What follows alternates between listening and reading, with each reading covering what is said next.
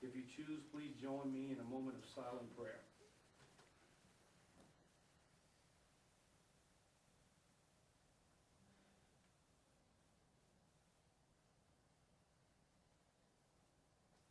Thank you. Will you please join me in the Pledge of Allegiance? Salute the pledge. I pledge allegiance to the flag of the United States of America and to the republic for which it stands, one nation, under God, indivisible, with liberty and justice for all.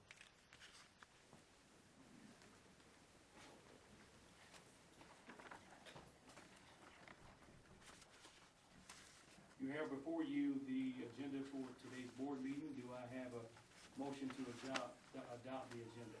Salute. Do I have a second? Second. All in favor say aye. Aye.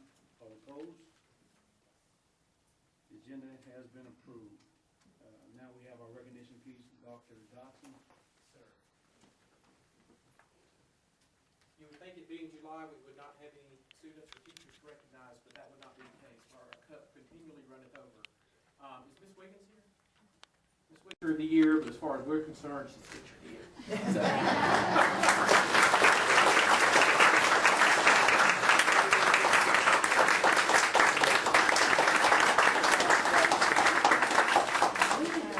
Yes, we do. We're so proud of continuing that legacy that we are glad to hit that jackpot every year that we can. So thank you for Minnette for continuing the tradition of Hoover City Schools. The second group of folks we want to share with you tonight is members of our HOSA, our Health Occupation Science students. And this is a program that just has a lot of pride in my own heart. I can remember sitting around the table as we were realigning our career programs and trying to look for things that were not just relevant to kids' interests, but to the economy of Birmingham and Hoover. And the medical field certainly is that area. So I can remember when we had nothing, and now these two programs account for hundreds of students at both high schools, and feeding a job market which in Birmingham is extraordinarily relevant and diverse in terms of what kids can do with what they're learning. So I'd like to introduce three of their teachers who are here tonight, Jessica Tice and Celestia Robinson from Hoover High School. Y'all would come on down, and Jason Zajac from Spain Park High School. Y'all would come on down. These folks are going to tell you a little bit more about what their students have done at HOSA. And just remember, it wasn't that many years ago that, come on down kids, come on down. They're going to tell you a little bit more about what they've been doing and the achievements that they've won. So thank you all very, very much. Good evening, everyone. I'd like to introduce myself. My name is Jessica Tice, and I'm the director at Hoover High School's Health Science Academy. And I'm so pleased to let you know that we just came back from National Convention in Anaheim, California. I have with me today Celestia Robinson, who also teaches in the Health Science Academy, Zach Majors, Matthew Russell, Hannah Seal, Arisha Lakani, and Megan Miller. And all of these students went with us to Anaheim in June, from June 23rd to 28th. First of all, let me tell you what HOSA stands for. It's Health Occupation Students of America. And these students are basically interested in healthcare. They're members of our Health Science Academy. And we participated in a state convention in February. And we represented Hoover High School. And basically, they compete in knowledge tests and skills events. And they only take 3 from each event to compete at the national convention. So only 3 are selected to represent the state. And so these are a few of our students here, and we learned a whole lot. Some of our events that we competed in were biomedical debate, HOSA Bowl, home health day. We had some knowledge tests like transcultural health care. We also had a knowledge test, nutrition, pathophysiology. So these are just some of the events that we competed in at the National Convention. And our biomedical debate team actually placed in the top 30, so we were extremely excited about that. And for our first convention ever, we were extremely excited, and we've learned a lot. And we're looking forward to building for next year. So thank you so much for this opportunity. We could not have done it without you. We appreciate it. Congratulations.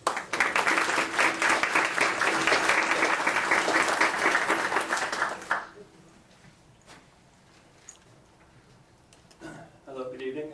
My name is Jason Zajac, and I'm the director at Spain Park for the Health Science Academy.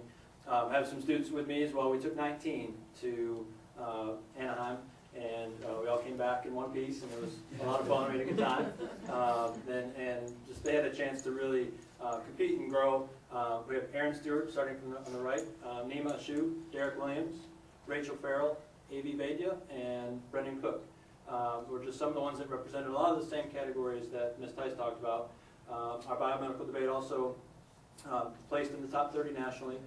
We had several students make it to round 2. So this is our second year competing. We were in Orlando last year, and we were just going on a whim, trying to figure it all out. Nobody made it to round 2. We just thought it was icing on the cake. But we came back hungrier this year and had a lot of advancement into that round 2. And also, these are your future health professionals. So these kids, what I wanted to add is that HOSA is extracurricular. This is a lot of work that these students do outside of their academic rigors. So they put in this work, they choose to do this, put in this extra time to compete against their peers in the state, and then go on to compete nationally. So these students before you have gone above and beyond. They're great in the classroom, and then they do extra work outside of school to compete. It's completely optional, and they take it on, and they took it on full force. One extra person I want to recognize is Derek Williams, if you'll step forward. Derek represented our physical therapy category. For the first time last year he competed. He finished 3rd in the state and went on to compete at nationals but didn't place. This year he finished 1st at state and went on to compete nationally and finished 6th in the nation.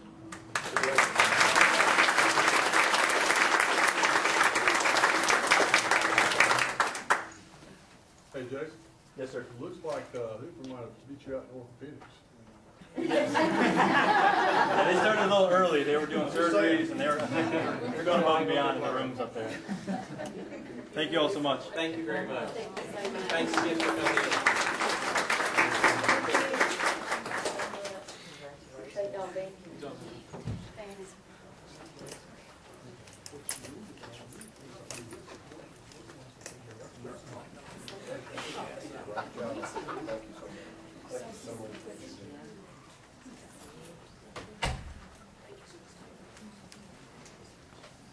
All right, we're going to move right along to public participation. Where are they? Mr. President, Yes. sorry to interrupt you. Could I acknowledge one thing about one of our employees? You notice Jason Gaston's not here tonight. He didn't tell me this. I found out from another direction. The National School Public Relations Association, which is a professional organization that Jason is a member of, he was just elected vice president, which is a national level election. So he's not here to hear it, but I'd like to congratulate him for the job he does. And this is an important position. And being from Hoover, the Hoover City Schools is very important to all of us. Thank you. Mr. Craig, thank you for saying that. While we're acknowledging some of our staff, I would like to acknowledge Dr. Barbara Mayer, who is also representing us nationally. She's in Washington and is on a leadership, with a leadership group representing Alabama and advocating for special services, IDEA, and students with special needs. So proud of both of those individuals. Thank you. Any more recognition? Okay. Moving along to public participation now. I didn't do a good job last go around. We kind of skipped over this, so I want to take my time and kind of explain just a tad bit on moving forward how we're going to handle public participation. This board, I can say, has done a really good job of trying to make sure we put as much information out there to make our board meetings more informative. If you look at our agenda, we're trying to put as much as we can without making it cluttered, but give our audience the opportunity to know what we're talking about. But in saying that, I'm a big person of protocol. That's just me, maybe that's just engineering me, but I'm a big person of protocol. We move public participation up to give our stakeholders opportunity to speak about issues prior to the vote instead of after the vote. That would make sense. But let's break it down just a little bit more into 2 different pieces. What I would like to do, and if it doesn't work, it just doesn't work. This is the way life is. Other than maybe our minutes, personnel report, because that doesn't become public until we vote on it, and possibly our finances, because we're gonna do a little bit more thorough job explaining that as the year progresses. Any other item we have on the agenda, what I will do, I will bring it up, I'll ask the board any comments, I'll ask Dr. Kathy and her staff for any comments, and then I'll ask for public for any comments. So that way, we don't have to add public participation to the items on the agenda. Now, as the old saying, your mind can only tolerate what your butt can handle. So we're gonna make sure we move things along in a way where it's not redundant, so to speak, and I'll make sure I don't do that as well.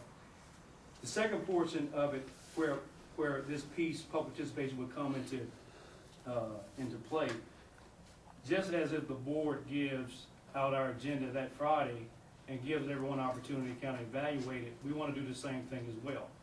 Anytime someone wants to speak, just as if I believe Dennis Carr, when we had some stakeholder groups to get together to formulate some ideas on how we can save money, they presented their idea a couple weeks prior, and they presented here, gave this board opportunity to research and be able to ask questions. The worst thing we want to do is someone get up there and, like a deer caught in headlights, we don't know how to answer the question because we haven't had time to evaluate it or not. So moving forward, and I will ask Dr. Kathy to work on that. I know she's done some things in Monroe County. When we want to present things, we kind of give whether it's 10 day or so heads up to get on the agenda. Now, are we taking away any opportunity for people to speak? No. You're going to have times where folks are going to want to speak for different things, but we want to make sure we stay on that process.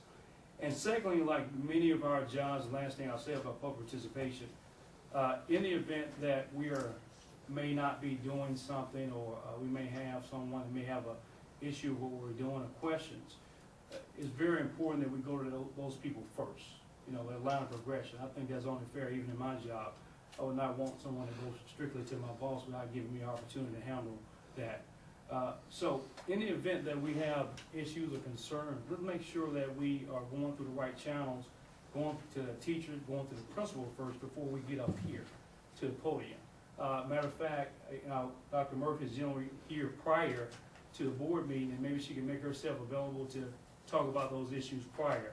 But let's make sure we're mindful of that and we're working together. This is a win-win process. If all of us work together, then our kids win. That's the bottom line. So that's all I'll say about public participation. So to practice, does the board have any questions? I would just say this, don't go to Dr. Murphy with everything that you've got on your mind without going, like Derek said, through the normal chain of command process. I don't think it's fair to come to her with your issue until it's been thoroughly vetted through the proper chain of command, no matter where you sit. So I'll just encourage that, because there's only one of her, and there's a little bit on her plate right now, and a little bit coming down the pipe that's going to be added to her plate. So stick to what Derek said. I think it will all be great. Any other board members? Questions or comment?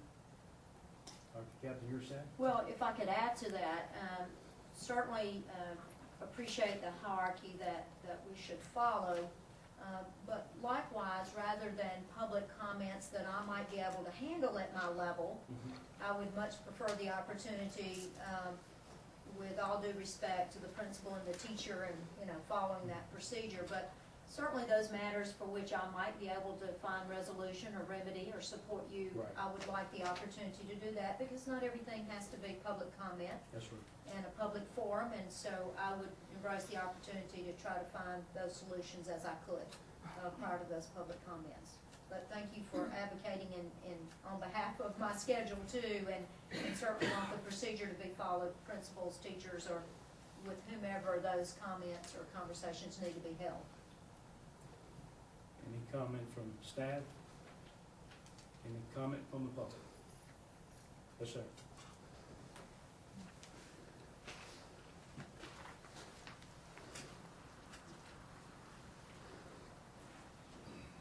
Arnold Singer. I have no problem with what we just laid out here. The thing is, items D, E, and F, okay, there's no meat to them, and nobody commented on them prior to my getting up here, so I'd like to know a little bit more about D, E, and F before you folks vote on it. And that's one of the things we're other than A, B, and C, anything past that, what I will do, we'll have a discussion between the board. Dr. Cathy, then I will ask for public discussion. So when you get to that Yes. section?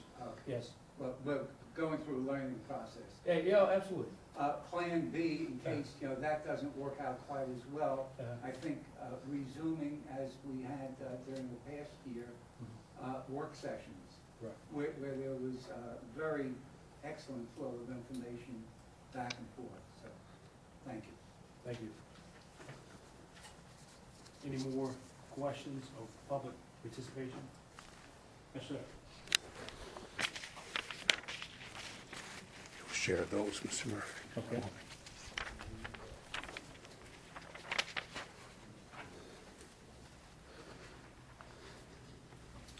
I'm Dan Fulton. I've lived at 1440 Alford Avenue since 1956. I was on the edge of Bluff Park. And I retired after teaching 27 years with the Birmingham City Schools.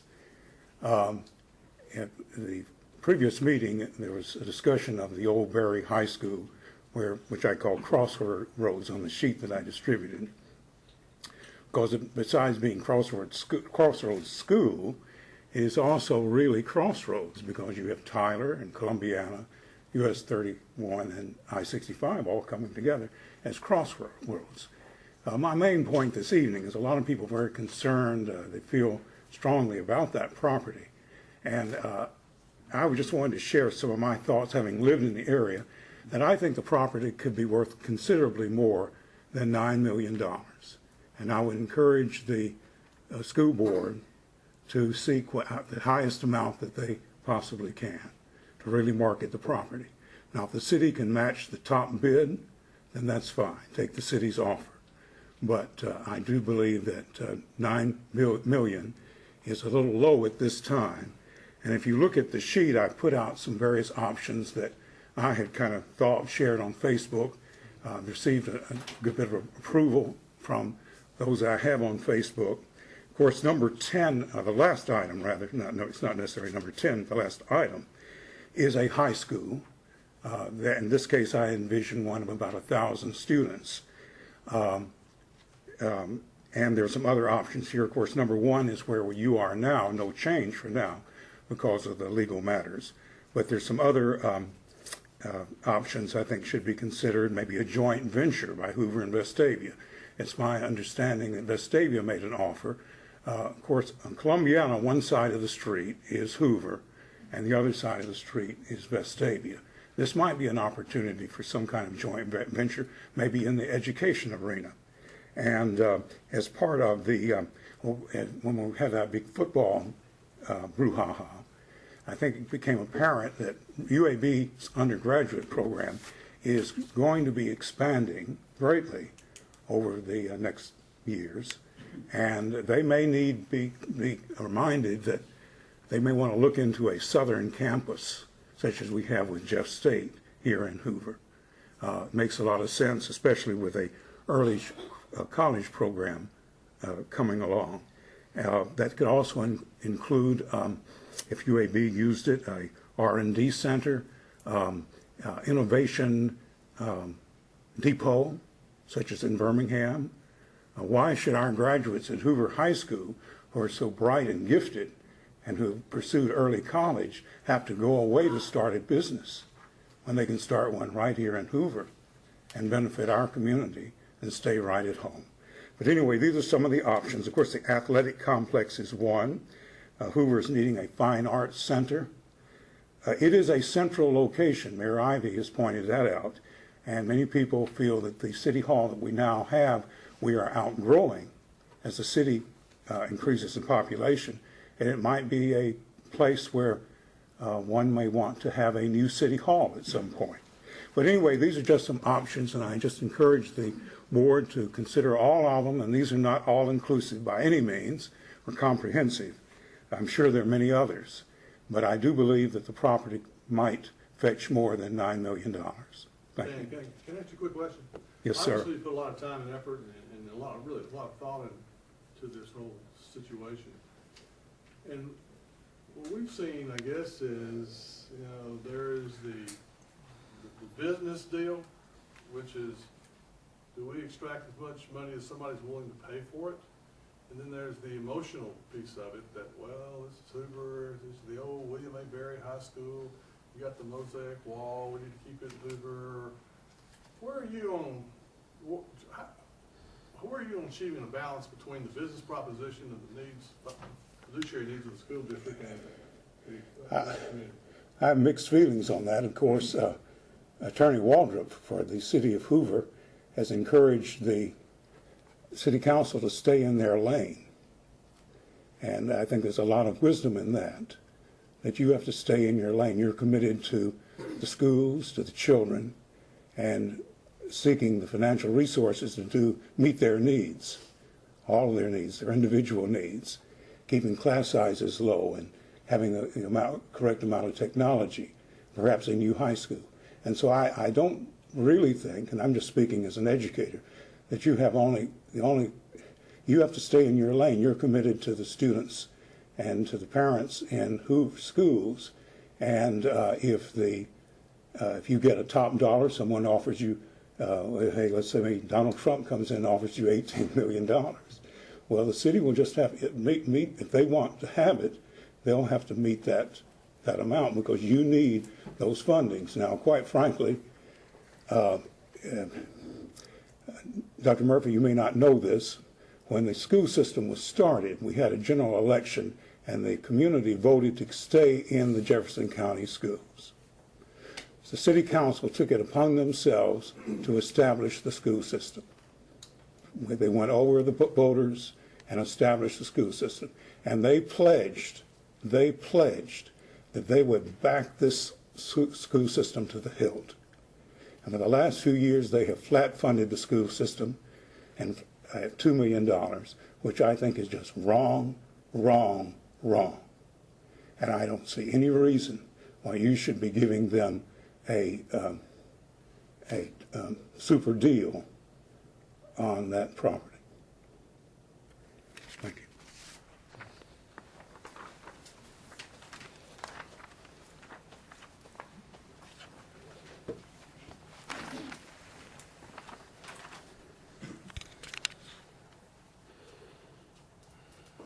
My name is Jody Patterson.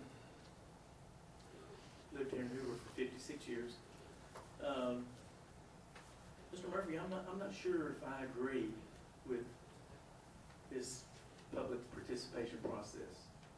And I had to think about it for a while. But in the meantime,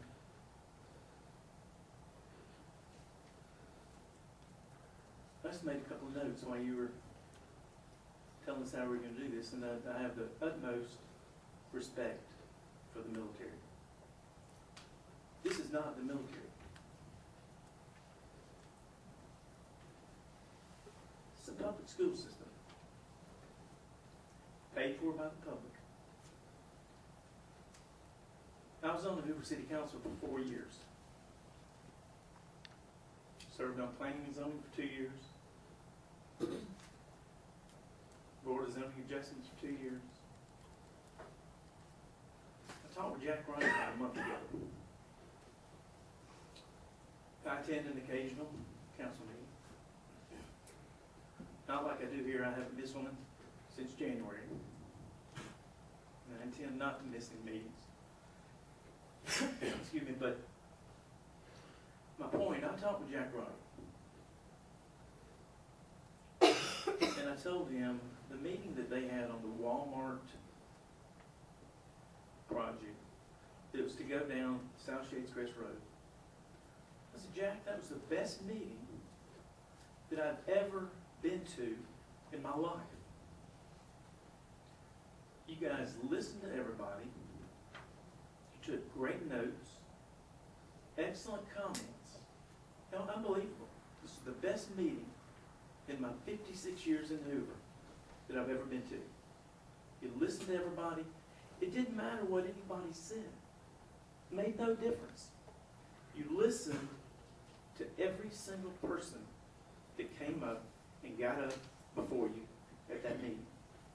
Jack, I've never seen anything any better. Period. Doesn't get any better than that. And at the end, there were some critical comments, there were some harsh comments, there was anything you can imagine on a big zoning case. And at the end of every person's comment, the only thing that Council President Wright said, thank you. That was it. So, my thoughts, anybody at any time should be able to say anything they want to say. I don't agree with this hierarchy. I've never been in the military, I've never been in the public school system, but I've been in business. I own my own company for 22 years, built homes in Hoover, Vestavia, Mountain Brook, Bibb County, Shelby County, Winston County, Coleman County.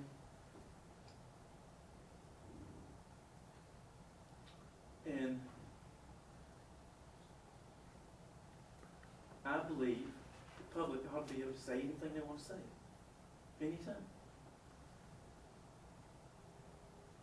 I believe you guys can handle the truth. You can handle whatever anybody says. I think it's great that we recognize the students. I think it's great that you guys do this. But I think anybody that wants to get up, I've just looked at the agenda. I don't know that much about what's going on. Trying to follow everything that you guys do, how to make changes, how to go with policy, how to talk with folks. I think it's great if you want some people to talk with you about certain issues that are really important and really critical, maybe give you some ideas. I think it's great you're open to that, but I think anybody, bottom line, anybody should go to anybody that they think can get results for them and get the job done, get their problem taken care of.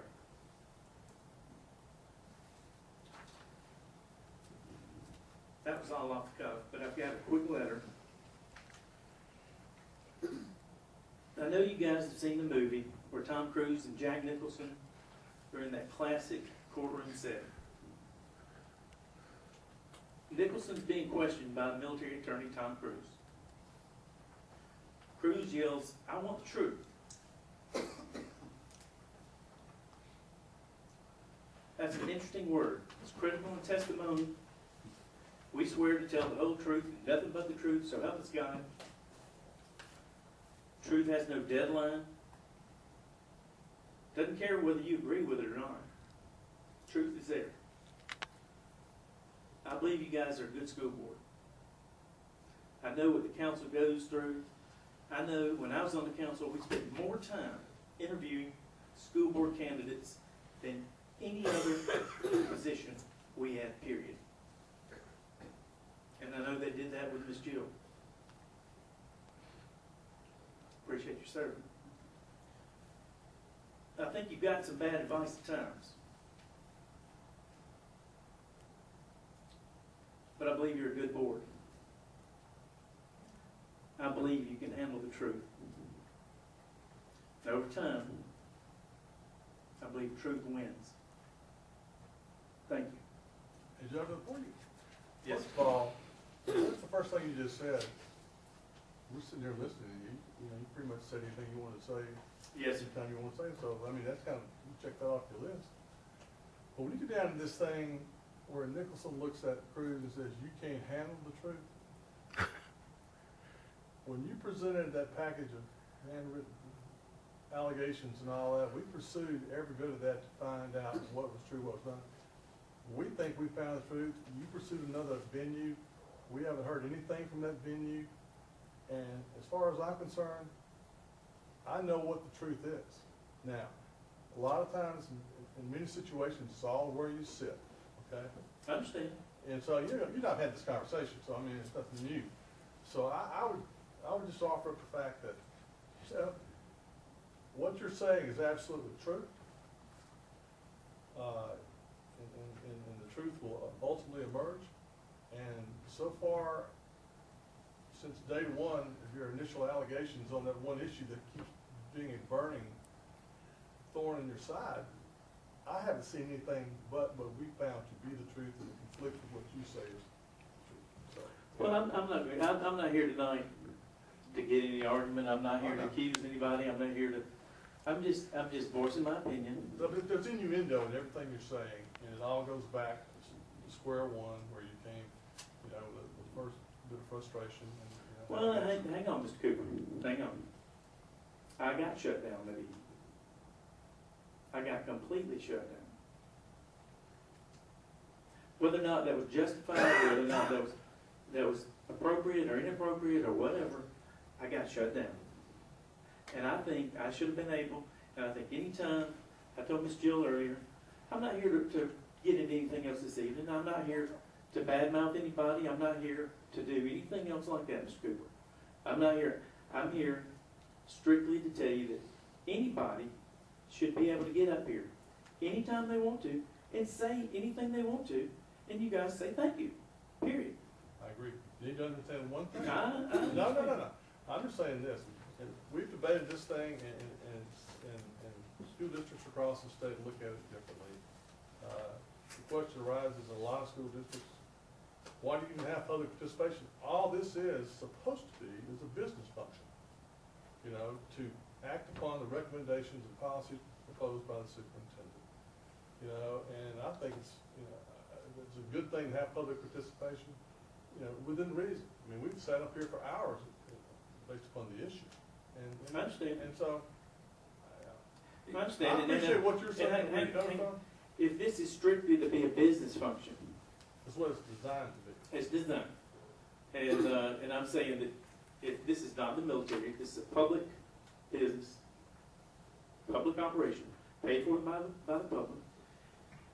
If you say it's a business, if you say it's strictly should be business and policy, we spend 15, 20, 30 minutes at every single meeting recognizing students.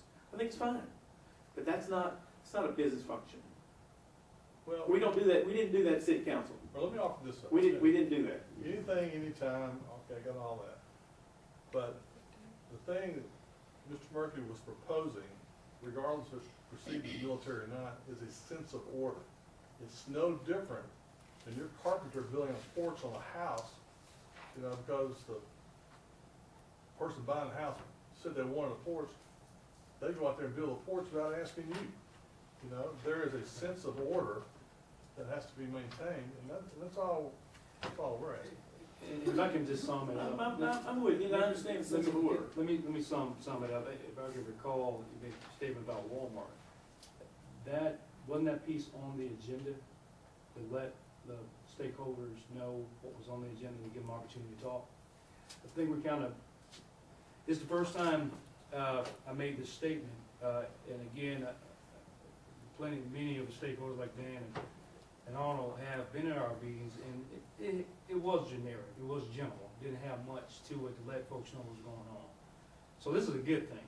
It's giving our folks the opportunity to know what's on the agenda, to give you an opportunity to talk about it. So I don't know if you caught this at, we've been coming last so many meetings, but this process is not to hurt at all. Actually, I would think this is a strengthening process more so than anything. And it's an opportunity for us to actually get information out to our stakeholders. We want this to be a meaningful process where we get information out, not to take anything away. This process is not to prevent folks from talking. That is not what it is about at all. I understand that. But only thing going forward, since I've been on the board since 2011, there's some things as a board we talked about during meetings, how we want to move forward and get more information out to our public. And I think that's what this is about, and not so about shutting folks down. So I don't want you to leave with that. And again, we have had opportunities where folks have presented, but again, the board wasn't prepared to even talk about it. So it is important to know if you have prepared as a stakeholder to present, like we have plenty of people presenting, like Hoover helps, the idea on backpacks and taking, feeding our kids. We should have that so we can begin to ask questions and possibly be able to help. Again, this is not a process to restrict that.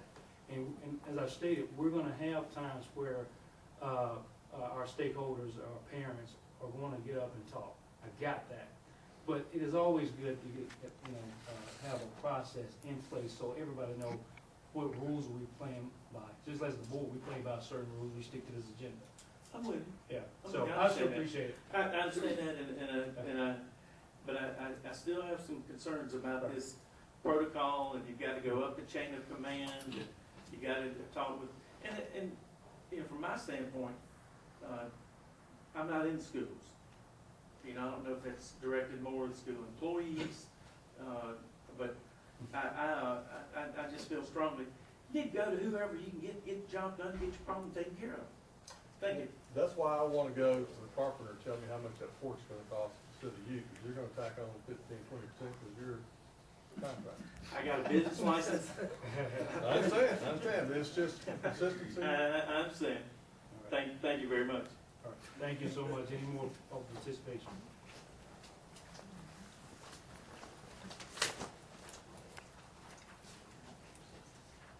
My name is Robin Schultz. I've attended more school board meetings in the last 8 years than the majority of you have. I've seen you 4 times in this meeting. January, February, March, April, May, June, July. Yeah. Yes, sir. Mr. Murphy, I appreciate what you have put down. When I first started coming to these meetings, we had to prepare our public participation ahead of time, submit it to the secretary of the superintendent. We were given 5 minutes to speak. When we were done, it was over with. Thank you very much for allowing us the time to speak the way that you've put it. That's all I have to say. Thank you, sir. Any more public participation? All right. You have before you the minutes from the regular board meeting of June 15th and our board meeting from July 1st. Do I have a motion to approve these minutes? So, do I have a second? Second. All in favor say aye. All opposed? Minutes are approved. Next on the agenda is our personnel report. Any questions from the board? Kathy, are you folks here? Yes, they are. The ones that were saying approved. Question, Dr. Murphy and your staff? Okay. Do I have a motion to approve the personnel report? So moved. Do I have a second? Second. All in favor say aye. All opposed? Personnel report has been approved. Dr. Murphy. We do have a number of our newly employed individuals in the audience, and if I could, I don't want the test of having to know all these names. So principals, if we have some principals out there and you have a new employee that we've just approved, would you just acknowledge those individuals for us? I'm Larry Grosso from Spain Park. This is Josh Bricknell, our new assistant principal. Welcome. Thank you very much. Thank you. I'm looking forward to working with the Hoover City Schools. Thank you so much. Thank you for the opportunity to introduce. My name is Chris Robbins. I'm principal at Berry Middle School, and this is our newest assistant principal, Ms. Dana Ricks, coming to us from Houston, Texas. Very good. Very excited. Thank you very much. Thank you. Do we have others? I'm Alice Turkey, and this was April Buckeye was approved at the last board meeting. Unfortunately, we were both not able to be here, so I'd like to introduce April. We stole her from Deer Valley, so she was a second grade teacher. I was his daughter's second grade teacher. It's okay, let's So we were fortunate to find her over at River Chase. Great, thank you. Thank you so much. I have to say this, April Buckeye was an excellent second grade teacher. Good answer. And, yeah, and I always wanted my daughter to enjoy reading books, so Ms. Buckeye started reading Ivy and Bean books. And now, once a week, we have to go and get Ivy and Bean books from the Hoover Library, so thank you so much.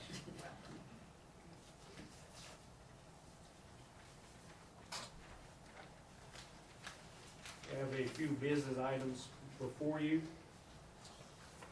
Do I have any questions? I believe Kathy Ante is on vacation, so she's not here. But any questions from the board? Dr. Murphy? And I think it's clearly stated there for you. Do I have a motion to approve the business action items? So moved. Do I have a second? Second. All in favor say aye. Aye. All opposed? Business actions are approved. Next topic on our action item is child nutrition program bids. Do I have any questions, or Dr. Murphy, do you want to give an overview? Yes. Okay. CMP? Pam is with us.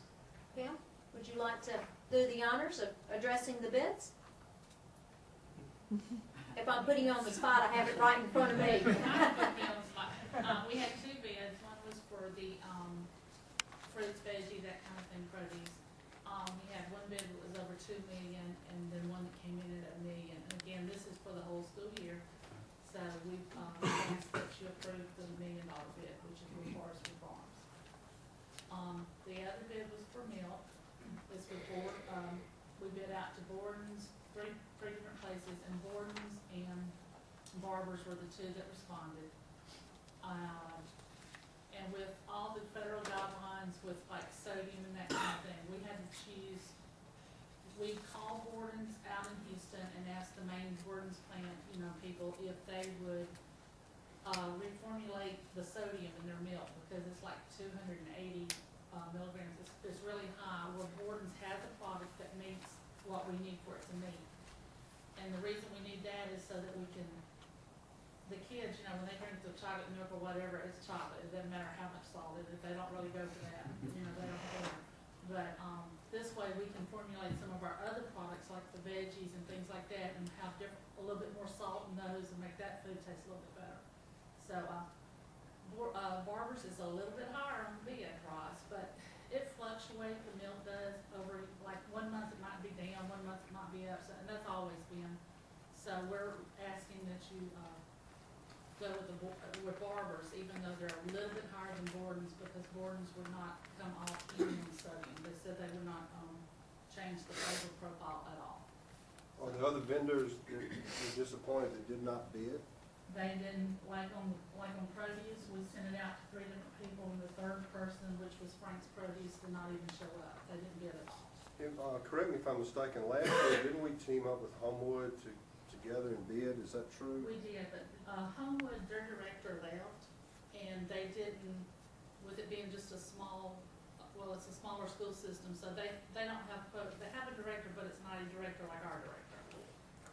So, what they didn't, they went, so a lot of them go with Pat and different other people, so we went out on our own this year. So, had they helped you and bid with you, you think it would have helped this bid price? Because probably not. It's about the same. I mean, it's really not that much difference. It really isn't. Like in prior years, and I've been here about 21 years, so. I noticed I didn't see a bid on French fries. We have baked ones. Just have to cook them in the oven a little bit longer, they'll be crispy. Any more questions from the board of Dr. Kathy? No, thank you, Pam. Any questions from the public? All right. Do I have a motion to approve the child nutrition program bids? Do I have a second? Second. All in favor say aye. Aye. All opposed? CMP bids are approved. Next item, type C conventional bus bid. We have James. James, would you address the bus for us? Yes, ma'am.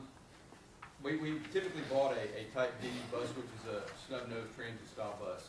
We looked over several years at switching to a conventional style bus. So last month, when the Type D buses were so close, we went out and bid a Type C bus, which can be up to $7,000 different than a Type D bus. So going that venue, we sent out to the 4 vendors in the state of Alabama, International Mobile, International here, Bluebird here, and Thomas here. 2 of the vendors responded, Bluebird and Thomas responded to us. Bid was very close again. And my recommendation to Dr. Murphy to then give to you was for us to go with the Thomas buses, with the bus bid being so close. They offer the engine that we were really looking for, plus they have something that we can't require in the bid, but they give a 3-year bumper-to-bumper warranty on the vehicle, so that's our recommendation. Do I have any questions? And obviously, you're within the bid law as far as this variance you can look at. You Yes, sir. just said that, so. The other bidder did not meet the specifications, and so we can go with South Transportation, Southland, Transportation South. Transportation South. Yes, ma'am. Okay, any additional questions from the board or Dr. Murphy? Any from the public? Do I have a motion to approve? So moved. Do I have a second? Second. All in favor say aye. All opposed? Bus bid has been approved. Next topic on the agenda is educational service contract. Yes, board members, you have a memorandum for Barbara Mayer where she outlines contracts that we'll need for special services for school year 15-16. And certainly be glad to try to answer your questions in her absence, but I would recommend your approval of this contract. Any questions from the board? Any from the public? I'd like to say, Dr. Murphy, I appreciate the information you supplied us with. There's information only on this, and we would understand it better as a board, and we understand you research this as to what we need to do. Thank you. Thank you. Any additional questions? Do I have a motion to approve this contract? So moved. Do I have a second? Second. All in favor say aye. Aye. All opposed? Contracts are approved. Next item, information and reports. Yes, board members, I would like to advise you that the GCA company for whom we've outsourced our custodial services for 5 of our elementary schools, that contract will expire of its own terms on July 31st. So just wanted to share that information with you regarding GCA. We also have a virtual school presentation that I believe, Dr. Dotson, you're going to support us with that. We do. I've asked Kelly Lane to come forward and just give us a quick update on where we are with virtual school. Okay, I just want to tell you that our 2 virtual teachers now have 270 students enrolled.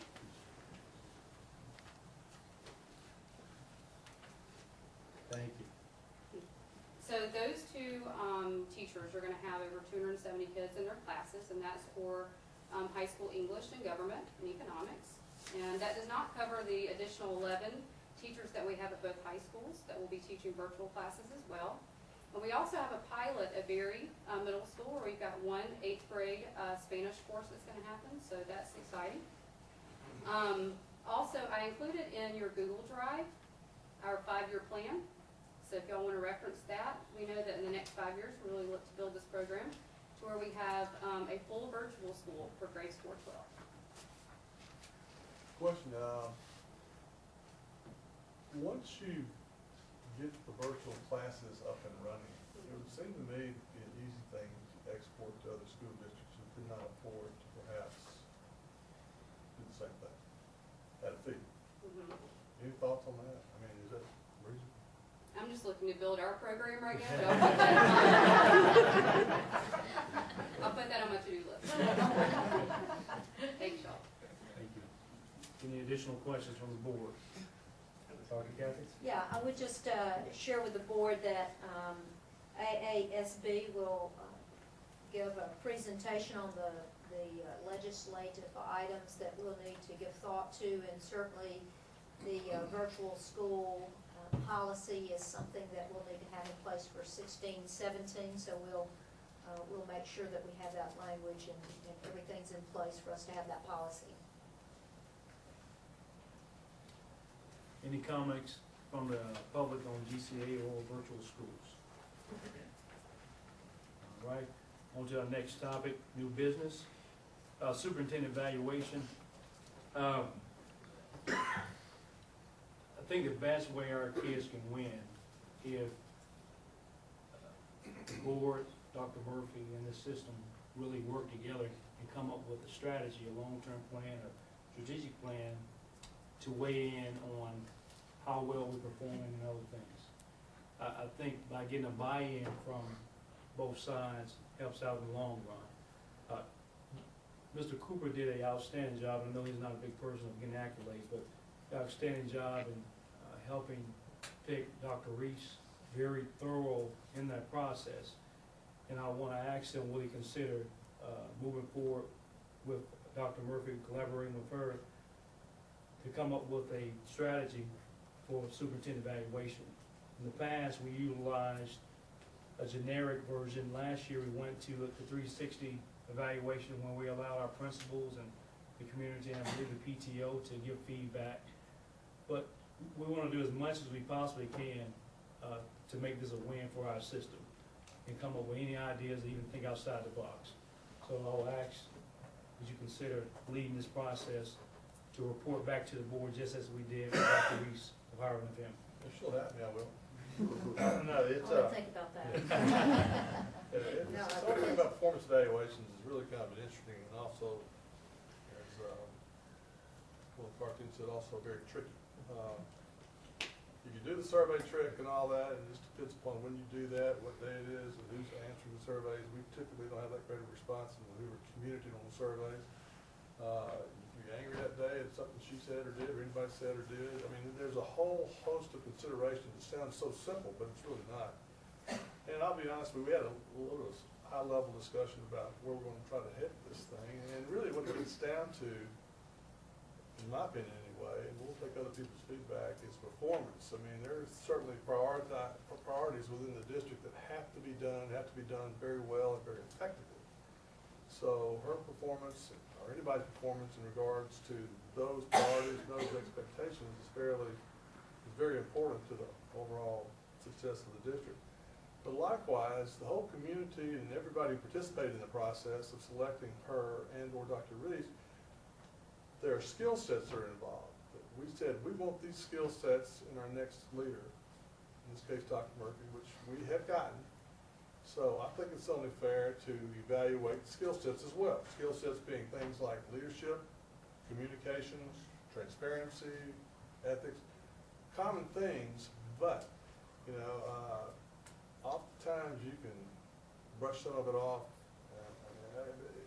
They're very important skill sets that we have looked for and anticipated and wanted in our new superintendent, and she was selected because of those skill sets. So performance and skill sets give a composite review of the great things she's going to do and is already doing, in my opinion.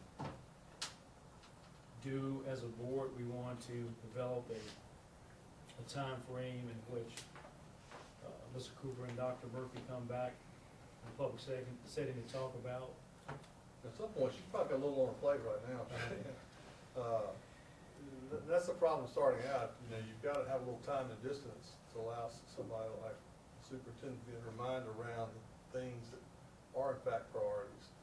The skill set possible, but the skill set component of this is something that's, you know, innate, not innate, but it's inherent in her personality and her leadership style. So that's one thing.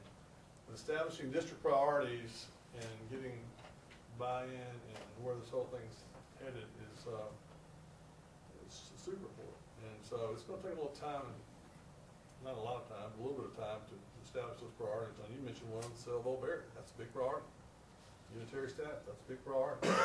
Personnel, that's a big priority. I mean, there's a fairly substantial list of big priorities that we just need to kind of ferret out there. And I think, you know, I would recommend, I mean, she'll come up with the priorities, and I would think, and we'll buy into them, but, you know, nothing's ever I mean, everything's is subject to change. So midstream, maybe January or something, we relook the priority list, some of them fall off, there's probably going to be some new ones come on. So it's just a constant evaluated process, but it's not something that's meant as a stick, but it's meant more as a kind of a guideline. And also, I told her, what I like to do this process, you know, most of us in our jobs, not previous job, you know, you're evaluated, for different reasons. And oftentimes, the evaluation can be perceived as a stick or a stick somebody can beat you with. And I think the high ground here is to use that evaluated process as not a stick, but to actually highlight and reinforce the great things that she is doing and will be doing. Because everybody's not going to be happy all the time. A lot of times it all depends on where you sit, but when it all falls in one person's lap, that's a lot of responsibility. Any discussion from the board? Any questions? Dr. Murphy? Well, thank you. I mean, obviously, we need to be very clear about our priorities, where we're headed, what we want to accomplish. I think it's particularly important that I put a superintendent's advisory council together here in short order, so that I can get individuals to the table which would represent leadership in the school district, parents, students for that matter, certainly community leaders, stakeholders, and allow these conversations so that we can determine what those priorities and goals are for us as a school district. And I'll look forward to that level of input. So I think those conversations will help us be able to determine some of our goals. We already know what many of them need to be and must be, just based on some of the things that you said, Mr. Cooper, but certainly other things that will come to us from our stakeholders. So I look forward to starting in earnest, putting together a superintendent's advisory council. And if there are those in the audience that would like to serve on that, certainly I would be interested in your sharing that interest with me. And, we can fill a room this big, and we can all be superintendent's advisory council, and we'd be glad to hear from our stakeholders. So I think that'll be an important step, too, in this process. So I look forward to that. Good. And what I'll do in new business, may not put it on the agenda, but each meeting we have, look forward to Dr. Murphy and Earl to kind of give some feedback on where they are in the process. And when we get to a point where we can come back for the public and present, we'll put that on the agenda. Is fair? Yes. All right. Any public discussion on the topic? All right. Go.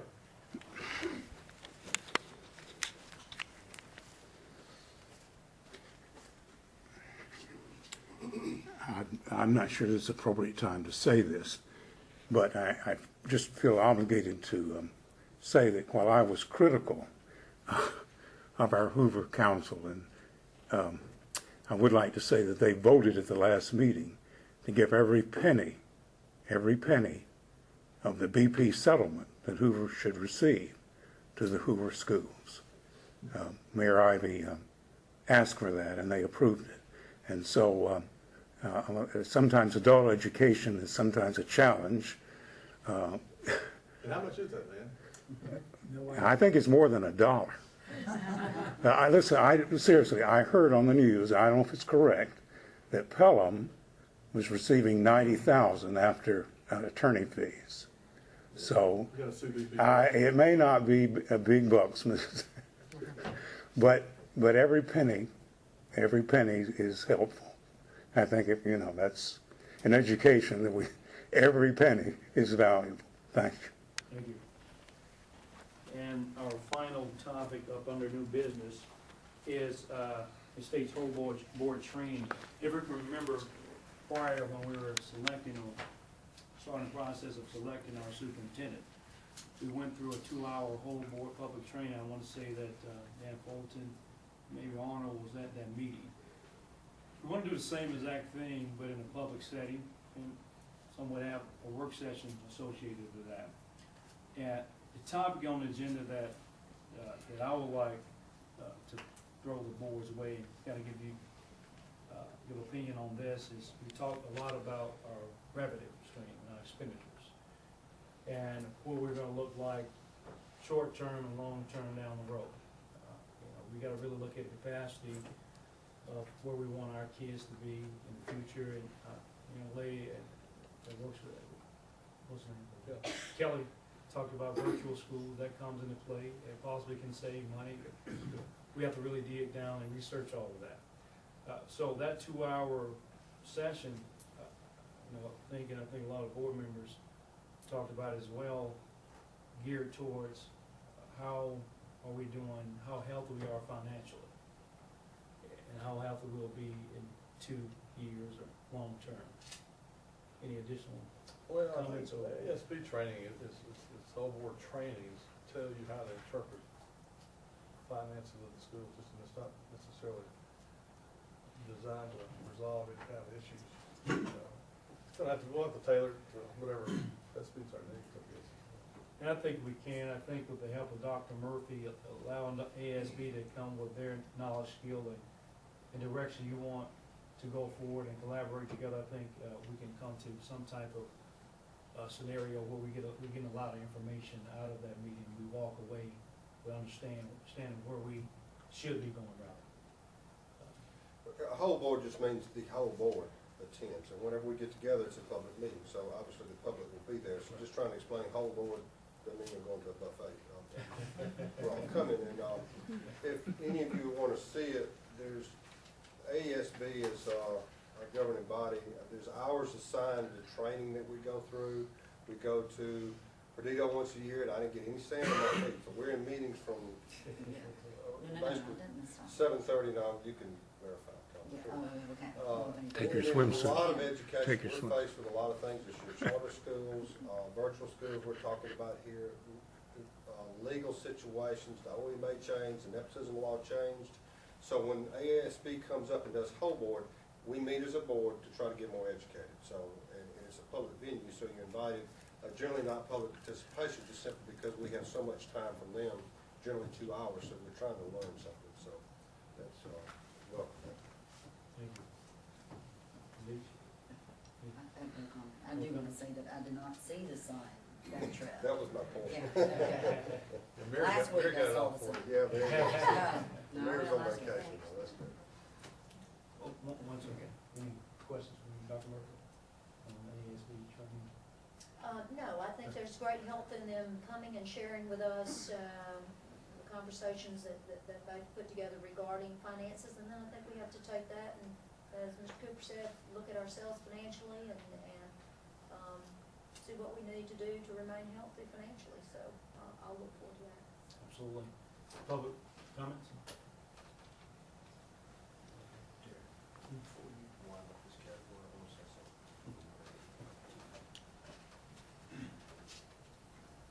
Steve, I'm sorry, does he need to speak? No, I just want to make sure I didn't get out of order after this finish, sorry.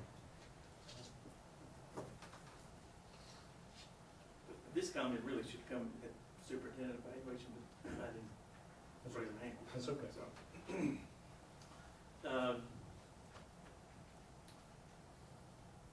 to Dr. Murphy,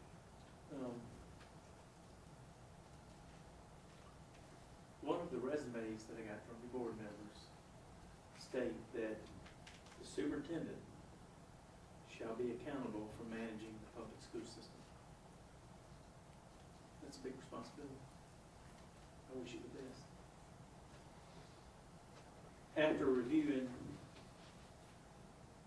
other resumes, and I felt like this was very appropriate, I would not have gotten back up here and taken any time, but I think you've done a very good job in letting me speak, and anybody that wanted to speak, and I appreciate that very, very much. But I found this really appropriate. Excuse me. All of these words are stated numerous times in everybody's resumes. Approachable, willing to listen, and from Ms. Frazier, I found this very interesting. At the end of the agenda, anyone can speak publicly about anything on their mind, no time limit. That's in her resume, with absolute transparency. One of you wrote, people appreciate my openness and reception to the ideas of others. And I'm not going to go on, but that's, my point is exactly what Ms. Frazier wished for. I think it's fine, if you let me come up here at the end, I think at any time, anything anybody wants to say. But I found that very, very interesting. At the end of the agenda, anyone can speak publicly about anything on their mind, no time limit. Thank you very much. Judge, I'll just say this, I don't think it's appropriate. I mean, I don't agree with what he's saying, I don't agree with asking people for comments on everything on the business agenda. There's public participation in there, and if you want to participate in the public forum, you know, there should be a time limit, because all these people shouldn't have to listen to everybody's diatribe to just get to the end of the meeting to learn about the school board training. You know, this is a great business meeting, and maybe we can get back to the work session thing and get that kind of stuff out of the way and conduct business as business needs to be conducted, rather than have a public forum every time you try to have a business meeting. It's conflicting. I felt like my comments were appropriate at the time, and just then I missed the opportunity to speak, and and I appreciate that. I appreciate Mr. Murphy letting me speak twice, and I felt like I kept it to a very, very bare minimum. Well, I'm not saying Mr. Cooper, I have no legal experience, no public experience speaking. I'm just a good old redneck. Well, And that's I have no speaking, no public speaking, no. I'm just a good old redneck, but I appreciate it. Thank you. Thank you. We're coming to the end here. Just some homework from the school board. Oh, yes, sir. I'd like to mention one thing. I'm sure most of you are following our state legislature that's in special session. There's a big move to try to raid the education trust fund. Please talk to your local representatives. One of our House reps who represents Vestavia and Homewood, Hoover combined, said on live radio, I heard it, that he's in favor of combining the general fund with the education trust fund. And guess what will happen to that money if that goes on? I think it requires a referendum after passing the legislature. They can't just do it by a signature. So please get involved. Don't let them get that money. As it goes along, I'm sure when Jason gets back, if you're interested, we'll try to accumulate unbiased information for you. But this is very important. The governor wants $250 million. He wants to tax it. Got potential gambling legislation coming up, cuts in the budget. I'm not going to express an opinion there, except we do not want them in the education trust fund. Thank you. All right. Next regular scheduled board meeting will be August 10th, 2015. If there is no further business, we are adjourned.